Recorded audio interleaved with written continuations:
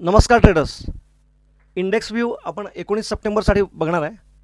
आता सगळ्यात महत्त्वाचं म्हणजे आपण इंडेक्स व्ह्यू शुक्रवारी जो दिलेला होता, जर माझे व्हिडिओतून मागचे बघितले तुम्ही तर लक्षात येईल की निफ्टीमध्ये जी दिलेली लेवल आहे ती ॲज इट इज इंटॅक्ट आहे.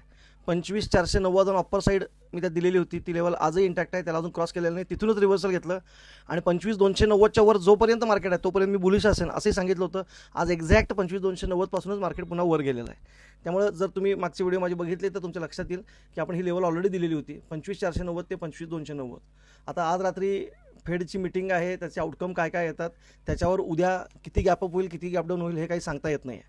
पण आपला व्ह्यू जो आहे तो आजही तोच आहे की 25,490 म्हणजे 25,500च्या वर जोपर्यंत मार्केट टिकत नाही, सस्टेन होत नाही, तोपर्यंत आता नवीन बुलिश ट्रेड मी घेणार नाही. आणि 25,290च्या खाली जोपर्यंत मार्केट सस्टेन होत नाही तोपर्यंत मी पुट साईडचा ट्रेड घेणार नाही. म्हणजे 25,290 जर ब्रेकडाऊन दिला मार्केटनं तर आपलं टार्गेट पहिलं 25,130 असेल माझं, आणि तिथून तो 25,000पर्यंत सुद्धा खाली येऊ शकतो. म्हणजे साधारण 25,130 हे आपलं पहिलं 25,290 जर ब्रेकडाऊन मिळाला तर 25,130पर्यंत सुद्धा मार्केट येण्याची शक्यता आहे. त्यामुळं उद्या मार्केट आता कुठं गॅपअप किती होईल आणि गॅपडाऊन किती होईल हे माहिती नाही. त्यामुळे ओपन झाल्यानंतर अर्धा ते पाऊण तास मी काहीच करणार नाही, वेट अँड वॉच करणार. आणि समजा 25,130च्या जवळपास ओपन झाला आणि इथं एखादी बुलिश कॅन्डल मला मिळाली तर मी नक्की एक कॉल बाय करेन. म्हणजे माझ्या रिस्क अँड रिवॉर्ड रेशोनुसार, माझ्या पोझिशन सायझिंगनुसार मी तो इथून तेजी करेन 25,130पासून. ते मग त्यावेळी माझं टार्गेट पुन्हा 25,290च्या आसपास असू शकतं.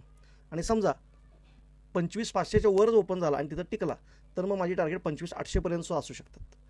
पण आता नेमकं ओपन कुठं होते त्यावर अवलंबून आहे. त्यामुळे लेवल टू लेवल जर आपण लक्ष दिलं तर आपल्या लक्षात येईल शुक्रवारी दिलेले लेवल अजूनही इंटॅक्ट आहेत तशा 25,490 25,290 तुम्ही बघू शकता मागचा व्हिडिओ माझा. ह्याच्यानंतर आपण बँक निफ्टी बघूया. अजून एक सगळ्यांना सूचना आहे, हे चॅनल वाढवण्यासाठी सर्वांनी प्रयत्न करावेत. जास्तीत जास्त हा व्हिडिओ शेअर करावा आणि लाईक करावा. सबस्क्रायबर्स तुम्ही स्वतः व्हावं आणि दुसऱ्यांनाही सांगावं व्हायला, जर आपल्याला हे चॅनल आवडत असेल तर. त्यामुळं मला प्रोत्साहन मिळेल की रोजच्या रोज मी व्हिडिओ करून टाकेन. बँक निफ्टीचा व्ह्यू जर बघितला तर बँक निफ्टी आपण टार्गेट दिलेलं होतं शुक्रवारी ते 52,600च्या आसपास, म्हणजे 52,639. ते आज अचीव झालं. म्हणजे 52 जसा त्यानं 300 क्रॉस केला तसा डायरेक्ट तो 52,600ला गेला आणि पुन्हा सपोर्ट घेताना सुद्धा 52,639च्या आसपासच घेतलेला आहे. त्यामुळे ही लेवल अजूनही तितकीच महत्त्वाची आहे. 52,639च्या खाली मार्केट ट्रेड करायला लागलं म्हणजे सस्टेन झालं तर पुन्हा एकदा 52,300पर्यंत आपण येऊ शकतो. आणि सगळ्यात स्ट्रॉंग सपोर्ट जो बँक निफ्टीला आहे तो म्हणजे 52,000 आहे. जोपर्यंत 52,000 इंटॅक्ट आहे तोपर्यंत मार्केटमध्ये मंदीसाठी मी तरी काय जाणार नाही. 52,000 जोपर्यंत इंटॅक्ट आहे तोपर्यंत मार्केटमध्ये मंदी नाही. एकदा जर मार्केट गॅपअपच झालं इथं, आता किती गॅपअप होईल सांगता येत नाही. गॅपअप 53,000च्या आसपास झालं आणि तिथं रिव्हर्सल कॅन्डल मिळाली तर एखादा पुढचा ट्रेड मी घेईन. पण तोही प्राईस ॲक्शन बघून गडबड करणार नाही. शक्यतो बँक निफ्टीमध्ये सद्यस्थितीला पुट साईडचा मी विचार करणार नाही. परवाही मी तेच सांगितलं होतं की बँक निफ्टीमध्ये पुट साईडचा विचार करण्याची परिस्थिती मला दिसत नाही आहे. पण एकदा रिटेस्टसाठी एकदा 52,280च्या आसपास मार्केट येऊ शकतं असं मला वाटतं. पण ते कधी येईल सांगता येत नाही. आता उद्या प्राईस ॲक्शन बघून अर्धा ते पाऊण तास वाढ बघणार, पाऊण तासानंतर निर्णय घेणार मी. फिन निफ्टी जर बघाल तुम्ही तर आपलं टार्गेट जे होतं ते 24,230 होतं. ते 24,230 आज अचीव केलेलं आहे. 24,230 हा सस्टेन झाला आणि ह्याच्यावरच मार्केट राहिलं तर पुढचं टार्गेट आपलं 24,800पर्यंत सुद्धा असू शकतं.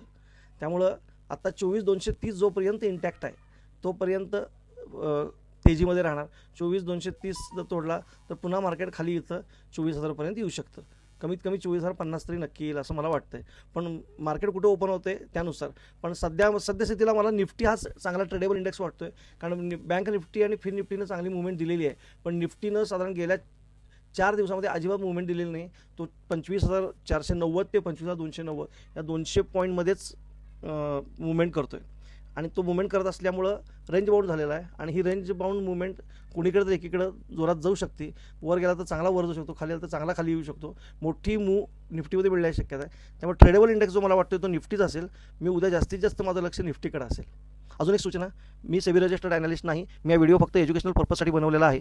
आपण जर हा व्हिडिओ बघून एखादा ट्रेड घेतला आणि त्यामुळे तुमचं फायदा किंवा नुकसान झाले तर त्याला मी किंवा माझं चॅनल अजिबात जबाबदार असणार नाही. आपण आपली सतत विवेक बुद्धी वापरावी, आपल्या फायनान्शियल कन्सल्टंटशी संपर्क साधावा आणि मगच ट्रेड घ्यावा ही नम्र विनंती. धन्यवाद.